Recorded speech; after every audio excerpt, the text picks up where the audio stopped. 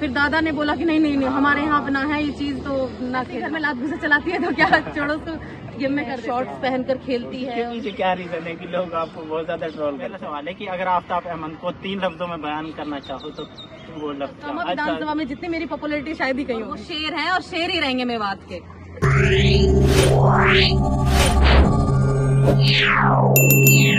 अस्सलाम वालेकुम दोस्तों स्वागत है आपका मेवाती मीम्स के चौथे एपिसोड में सलमान टॉक्स में। आज हम बात करने वाले हैं रेसलर रजिया बानो जी से।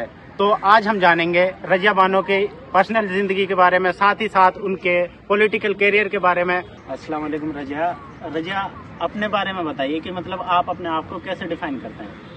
जी वालेकुम अस्सलाम खलील भाई, सॉरी सलमान खलील भाई, आपकी बहुत सारी वीडियोस भी मैंने देखी हैं और बहुत बहुत शुक्रिया आपने मुझे आज अपने पॉडकास्ट में जगह दी है बोलने के लिए। तो मेरा नाम रजिया बानो है, मैं अंतर्राष्ट्रीय ताइक्वांडो खिलाड़ी हूँ और राष्ट्रीय स्तर की कुश्ती खिलाड़ी रही हूँ और फिलहाल में मौजूदा कांग्रेस की एक छोटी सी कार्यकर्ता भी हूँ।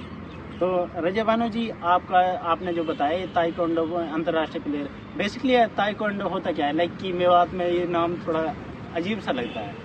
आज से 15 साल पहले भी जब मैं लोगों के सामने आई थी गेम को लेकर, तो तब भी लोग कहते थे कि ताइक्वांडो होता क्या है। एक्चुअली ताइक्वांडो के बारे में कुछ लोग जानते हैं क्योंकि इंडिया में ये गेम ज्यादा फेमस नहीं रहा, क्योंकि ये कोरियन गेम है। अच्छा। कोरिया से निकला हुआ गेम है ये। तो एक होता है किक बॉक्सिंग होती है कि पैरों से भी मारना और घुसे से भी, एक जैसे मुक्काबाजी होती है वो सिर्फ मुक्के से होती है। तो ताइक्वांडो क्या सिर्फ पैरों से खेलना होता है, तो जस्ट लाइक अ ताइक्वांडो गेम है। तो ये होता है। रजिया बानो जी, जैसे आपने बताया कि आप ताइक्वांडो प्लेयर हो और मेवात के अगर कॉन्टेक्स्ट में देखा जाए तो मेवात में जो पहलवानों की तरफ है कम ही तवज्जो दी जाती है, और खासकर कि जब पहलवान लड़की हो।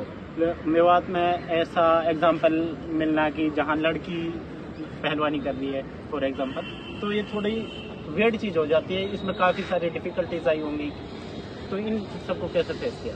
देखिए, जब स्टार्टिंग में जब मैं 8th क्लास में थी, जब मैंने अपना गेम शुरू किया था, तो हमारे यहाँ पे स्कूल में कोच आते थे ताइक्वांडो के, तो मैं उनको देखती थी हा हू करते हुए, तो मुझे बड़ी हंसी आती थी कि क्या चीज है मेवात में तो कोई ऐसी चीज। तो वो हा हू करते थे, वो कोरियन गेम में तो लैंग्वेज में इस्तेमाल करते थे।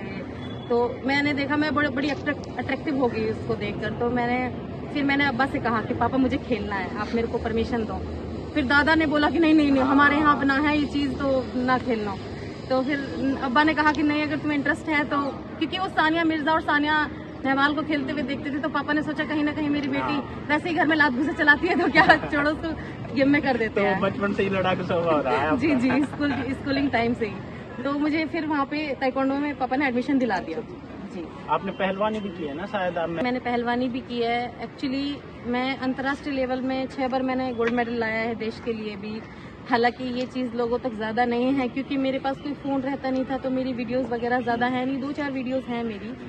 मुझे बहुत फेस करना पड़ा मेवात में, जिस तरीके की मानसिकता रही है हमारे लोगों की कि बेटियों को नहीं पढ़ाना चाहिए, नहीं वो करना चाहिए। तो मेरे और मम्मी पापा ने मतलब मेरा बहुत साथ दिया।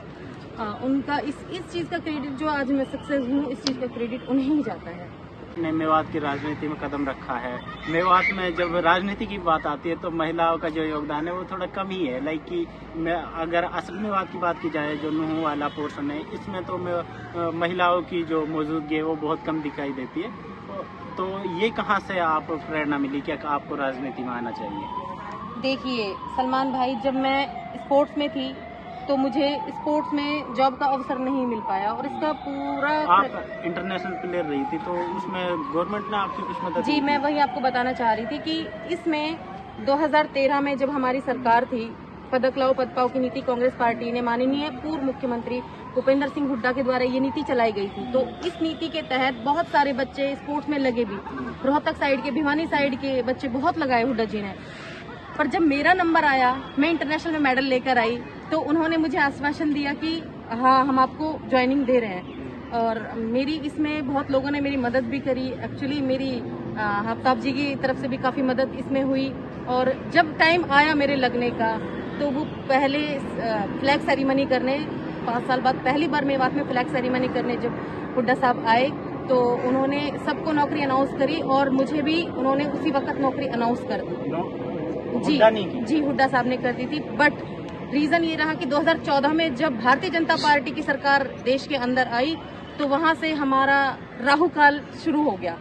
तो वहां के बाद फिर जो मैंने स्ट्रगल किया, मैं जो है खट्टर साहब हैं उनके OSD जो रहते हैं उनके पास मैं बहुत बार गई। उनके आवाज पर मुझे आश्वासन दिया गया कि हाँ ठीक है, आप मेवात की बेटी हैं, आप इकलौती खिलाड़ी हैं, तो आपको नौकरी दी जाएगी। मेरा ये स्ट्रगल 2016 तक रहा।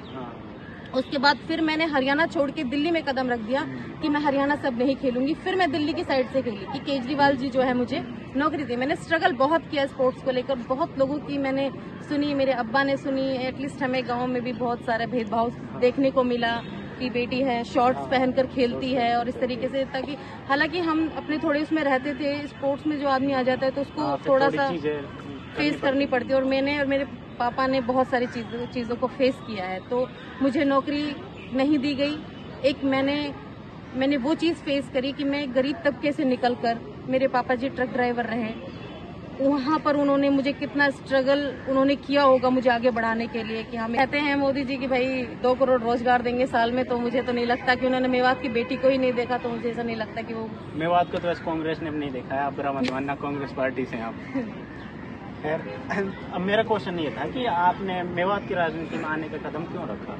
मैं राजनीति में इसलिए आई हूँ कि मुझे अनदेखा किया गया। यदि अगर कोई हमारे मेवात में महिला लीडर होती तो शायद मेरे लिए आवाज उठाती और मुझे इंसाफ दिलाती। अगर फॉर एग्जांपल आपको कोई पद मिलता है कांग्रेस पार्टी में रहते हुए, या आप राजनीति में कुछ तरक्की करते हैं, तो मेवात की महिलाओं के लिए आप ऐसा मेरा यही कहना है सलमान भाई कि मैं महिलाओं की आवाज बनना चाहती हूँ, मैं उनके मुद्दों को आगे उठाना चाहती हूँ। न जाने कितनी बेटियां ऐसी हैं जिनकी आवाजों को दबा दिया जाता है। मेवात में किस तरह की समस्याएं महिलाएं फेस कर रही हैं? देखिए, बहुत सारी समस्याएं हैं। लाइक दहेज को लेकर बहुत बड़ी समस्या है, जो हर एक लीडर उसको सॉल्व नहीं कर सकता। तो मैंने दहेज के लिए भी एक प्रोग्राम चलाया था, दहेज हटाओ बेटी बचाओ। तो मैं उससे कुछ पॉजिटिव रिजल्ट निकल कर आए? जी, बहुत रिजल्ट निकल कर आए उसके लिए। और बताएंगे आपकी किस तरह से? हाँ, मैं उसी पर आना चाह रही थी कि मैं जो दबी कुचली तबके की जो महिलाएं हैं जिनकी आवाज को दबा दिया जाता है, और अभी हाल ही में हमारे क्षेत्र की बहुत लड़कियां हैं जो स्पोर्ट्स में निकल रही हैं, मैं उनकी आवाज बनना चाहती हूँ। हाल ही में यूपी विधानसभा में जो इलेक्शन हुए थे, आप उनमें एक विधानसभा क्षेत्र से टिकट के उम्मीदवार बताए जा रहे थे। उसके बाद कुछ पार्टी के अंदर ही अंदर कुछ चला, फिर सोशल मीडिया पर इस तरह की खबरें चलने लगी कि आपका जो टिकट है वो किसी मंत्री ने कटा दिया है, या मेवात का कोई वो था, ऐसा कुछ था या सिर्फ अफवाह? देखिए, प्रियंका गांधी जी से प्रेरित होकर मैं लड़की हूँ लड़ सकती हूँ का नारा जो उन्होंने दिया था, तो जाहिर सी बात है हिंदुस्तान की हर लड़की को उन्होंने संदेश पहुंचाया था। तो उसी संदेश को लेकर मैं उत्तर प्रदेश की राजनीति में कूदी और मुझे बहुत अच्छा रिस्पांस वहां से मिला। और जो वहां के उत्तर प्रदेश की जो लीडरशिप है वो उनकी निर्देश अनुसार मैं वहां पे सरदना विधानसभा, संगीत सोम जी वहां के विधायक थे बीजेपी के, उनके खिलाफ मुझे लड़ने के लिए वहां से निर्देश मिले। तो मैं वहां जाकर राजनीति का मैंने पहला जो मेरा कदम था वहां पे मैंने रखा कि हाँ, मुझे टिकट मिल सकता है। और रहा टिकट कटवाने का सवाल, तो ये तो ऊपर वाला जाने कि मेरा टिकट किसने कटवाया और क्यों कटवाया। हालांकि पूरे पॉजिटिव चांसेस थे और मेरा पैनल में नाम भी चल रहा था, बट पता नहीं बड़ी लीडरशिप ने मेरा टिकट काटा या किस रीजन की वजह से मेरा टिकट कटा। खैर, वो चीजें तो बाद की बात है, बट हाँ, अगर मौका मुझे दोबारा मिलेगा तो फिर मैं दोबारा कोशिश करूंगी। रजा जी, एक बात और है, आप सोशल मीडिया पर अक्सर सुर्खियों में रहते हैं और आपका ट्रोलर भी बहुत है, तो इसके पीछे क्या रीजन है कि लोग आपको बहुत ज्यादा ट्रोल करते हैं? देखिए, वो भी सब अपने भाई हैं जो ट्रोलर्स हैं। और देखिए, एक तरीके से जो एक ट्रोलिंग होती है ना, एक उसका निजी जीवन से कोई ताल्लुक नहीं होना चाहिए।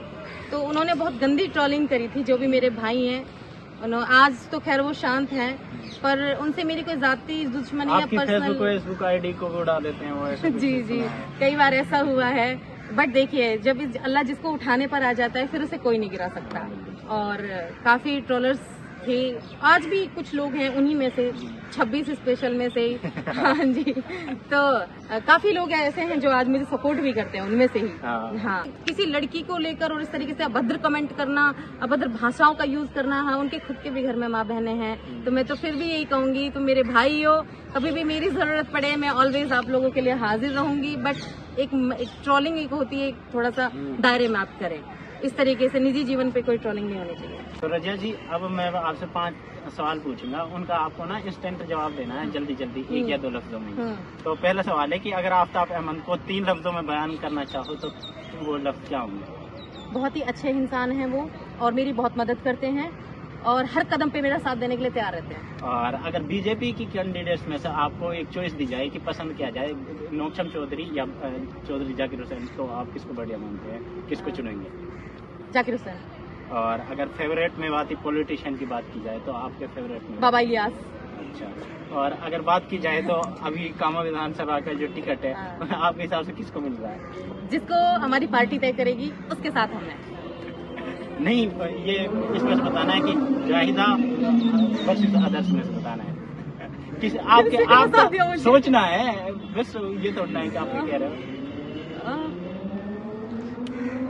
एक्सटर्नल हेल्प मतलब। ये तो आप सब लोग मेरे सपोर्टर है, जाहिदा जी के भी सपोर्ट, अदर भी सारे सपोर्टर है मेरे। कामा विधानसभा में जितनी मेरी पॉपुलैरिटी शायद ही कहीं होगी। तो चलो दूसरा क्वेश्चन बता दो कि अगर जाहिदा खान की तो अच्छाई बताइए। पर्सनली जानती नहीं मैं इनके बारे में ऐसा। अच्छा, जाहिदा खान के ऐसे 2 काम जो आपने सुने हो क्या जाहिदा खान ने काम करा? शिक्षा को लेकर उन्होंने काफी बढ़ावा दिया है, और लेडीजों को लेकर वो काफी आगे रहती है। और जाहिदा के विरोध के 2 कारण ये तो जग जाहिर बात है कि उनका विरोध हो रहा है। नासिर जुनैद वाली जो घटना हुई थी उसमें जाहिदा फूफी जी को, मतलब मेरी तो खैर फूफी लगेंगी, वो सबकी फूफी लगती नहीं तो हम तो है वपाल से, तो हमारी फूफी लगेगी। तो उनको उस चीज में ज्यादा बोलना चाहिए था और ज्यादा अपने भाइयों का साथ देना चाहिए था। हालांकि थोड़ा सा उन्होंने कम उसमें, तो लोगों का इस चीज को लेकर भी रोष प्रदर्शन है। और बाकी काम वाम को लेकर तो देखो हर विधानसभा में थोड़ा बहुत तो होता ही रहता है। और जिनने भैया दरी भी ना बिछाई वो भी कांग्रेस पार्टी में टिकट लेने पहुंच गए। भाई ऐसा मत करो। तो जो दरी बिछाई वही टिकट लेगा। हाँ भाई बिल्कुल, आप कांग्रेस पार्टी में हैं, आप दरी भी बिछाओगे और आप अपनी पार्टी के लिए लड़ोगे तो भी। फिलहाल डॉक्टर आरिफ का नाम आ रहा है। डॉक्टर आरिफ को पहले, आज से पहले कामा क्षेत्र में देखा नहीं गया, फिर भी वो प्रमुख दावेदार है। देखिए मैंने जितना सुना, he is a very nice person, अच्छे आदमी है। अच्छा आदमी तो मैं भी हूँ, मुझे टिकट दिला दो। नहीं, बाकी ये है कि अब जो पार्टी जिसको चाहेगी उसको टिकट देगी। अगर आरिफ भाई को टिकट मिलता है तो हम जी जान से उनके साथ। एक सवाल और आया नाम में जवाब देना है कि जो नुहू वायलेंस हुई थी, नुहू वायलेंस में बीजेपी जिम्मेदार थी या नहीं? बीजेपी जिम्मेदार थी। इमरान खान को अगर मौका मिले तो एक सलाह देना चाहे तो आप क्या सलाह देंगे? देखिए वो हमारे बहुत सीनियर लीडर हैं, हम उन्हें सलाह नहीं दे सकते, उनसे सलाह ले सकते हैं, और वो शेर हैं और शेर ही रहेंगे मेवात के। हाल ही में बिट्टू बजरंगी के एक अभद्र और बिना वजह के एक बयान की वजह से मेवात में इतनी बड़ी वायलेंस हुई। तो बिट्टू बजरंगी से अगर आप कुछ कहना चाहें तो? बिट्टू बजरंगी बहुत ही गंदी मानसिकता का आदमी है। जितना शकल से खराब है उतनी उसकी मानसिकता खराब है। सच बता रही हूँ मैं। उसकी ये जो नुहू वायलेंस जो हुआ था उसका उसमें 100% हाथ रहा। पहले तो वो जीजा बना और अब वो हमारे मौलाना साहब के लिए बोल दिया उसने। मौलाना साहब के लिए क्या बोला? मौलाना साहब के लिए उसने यही बोला कि मुसलमान है, इनसे ना तो मेहंदी लगवाइए ना इनसे कोई सामान खरीदिए। तो मैं तो अपने भाइयों से, जो मेरे जितने भी भाई इनकी बातें सुनते हैं और इनको अपना प्रेरणा स्रोत मानते हैं, उनसे यही निवेदन करती हूँ, मेरे भाई मैं तो एक पहलवान हूँ, मैं तो हिंदू मुस्लिम कभी करती नहीं, और इनका तो काम रहा है सदा से हिंदू मुस्लिम वाद करना। तो मैं कहती हूँ इनकी बातों पे ध्यान ना देते हुए देखिए आप इनकी मानसिकता क्या है कि मुसलमानों से सामान ना खरीदे। तो इकलौते देश के अंदर, हिंदुस्तान के अंदर हिंदू भी है, सिख भी है, ईसाई भी है, हर धर्म का इंसान रहता है। तो इनकी बातों को ज्यादा तवज्जो ना दे। और ऐसे मैं फरीदाबाद पुलिस से भी आग्रह करती हूँ कि इनके ऊपर जल्दी से जल्दी कार्रवाई करें।